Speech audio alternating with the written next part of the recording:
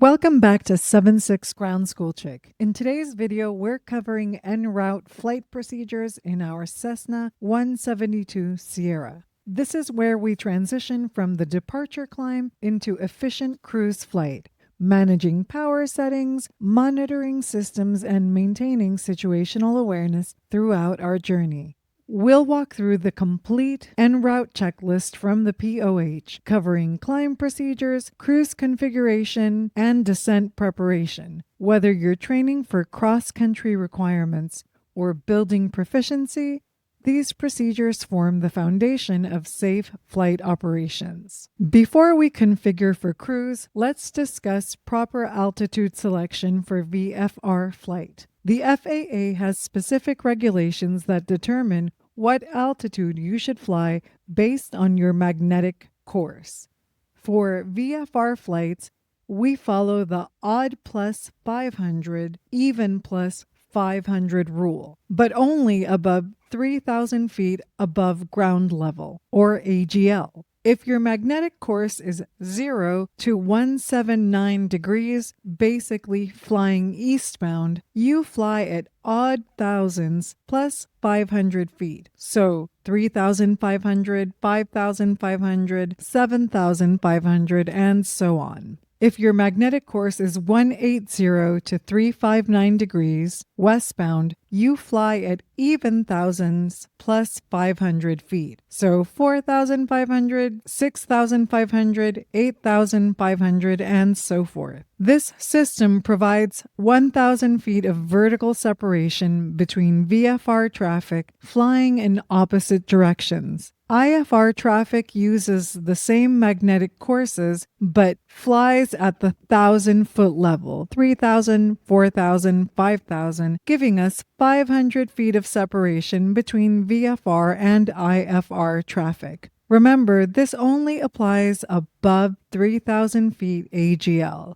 Below 3,000 feet AGL, you can fly at any altitude appropriate for terrain and obstruction clearance. When choosing your cruise altitude, consider winds aloft, terrain clearance, oxygen requirements above 12,500 feet, and cloud clearance requirements. Higher altitudes often provide better winds and smoother air, but require longer climbs and descents. For our example flight, if we're flying a magnetic course of 045 degrees northeastbound, we'd choose an odd altitude plus 500 feet, such as 5,500 or 7,500 feet, depending on our performance needs and weather conditions. It's important to understand that VFR cruising altitudes are based on your magnetic course, not your heading. Your course is the intended path of flight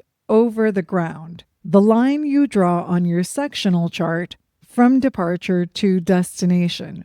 Your heading is simply the direction you point the aircraft's nose to compensate for wind drift. For example, if your magnetic course is 045 degrees, but you're flying a heading of 038 degrees due to crosswind correction, you still use 045 degree course to determine altitude, which means odd thousands plus 500 feet. The regulation uses course because it ensures consistent separation between aircraft flying the same route, regardless of individual wind corrections. Once we're established in the climb and clear of airport traffic patterns, we transition from our initial VY climb speed of 74 knots to a more efficient Enroute climb configuration. Per the POH, Enroute climb airspeed should be 70 to 85 knots. This gives us better forward speed while maintaining good climb performance. Throttle control remains full power, pushed all the way in. We maintain available power during the climb phase. Mixture control. Below 3,000 feet, we keep the mixture full rich. However, above 3,000 feet pressure altitude, we lean the mixture for maximum RPM.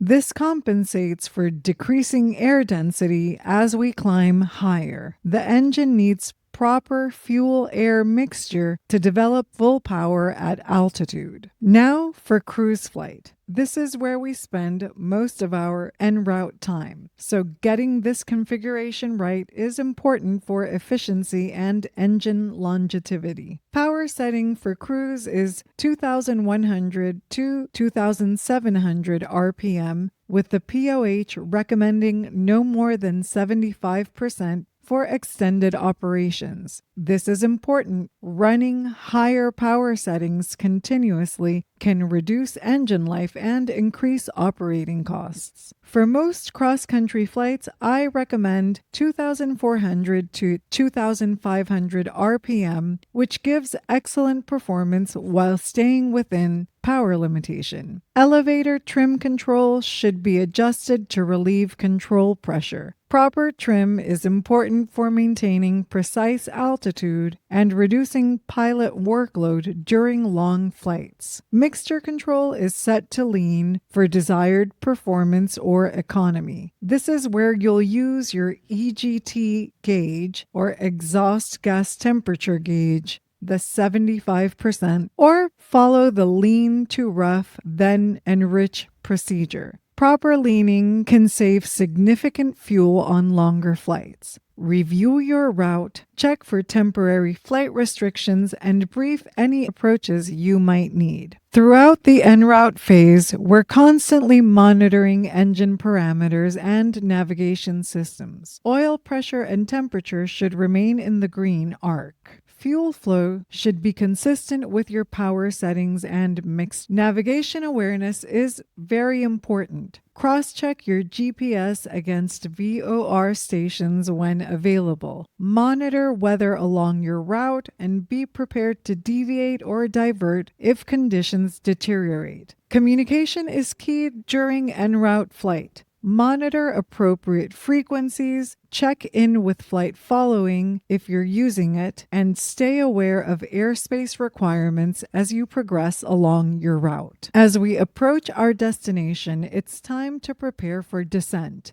The POH provides clear guidance for descent configuration. Power is set as desired. This depends on your descent rate requirements and traffic considerations. You might use a power off descent for maximum descent rate or partial power for a more gradual descent. Mixture can be adjusted if necessary to make the engine run smoothly. As we descend and air density increases, the mixture may need enriching. Now for altimeter settings. This is crucial for safety and regulatory compliance. Set your barometric pressure to the current altimeter setting for your destination airport. Here are some tips and best practices. First, always have a backup plan. Know your alternate airports and keep fuel reserves in mind. Maintain sterile cockpit procedures during critical phases like airspace transitions. Stay ahead of the airplane. Brief your arrival procedures before you need them. Monitor your fuel flow and consumption against your flight plan. Calculate your arrival fuel regularly and don't hesitate to divert if you're not comfortable with your reserves. That's it for our en route flight procedures for the Cessna 172 Sierra. These procedures ensure efficient, safe flight from departure to arrival. Remember to follow checklists religiously and maintain constant situational awareness throughout the flight. In our next video, we'll cover approach and landing procedures, including traffic pattern entry and configuration for landing.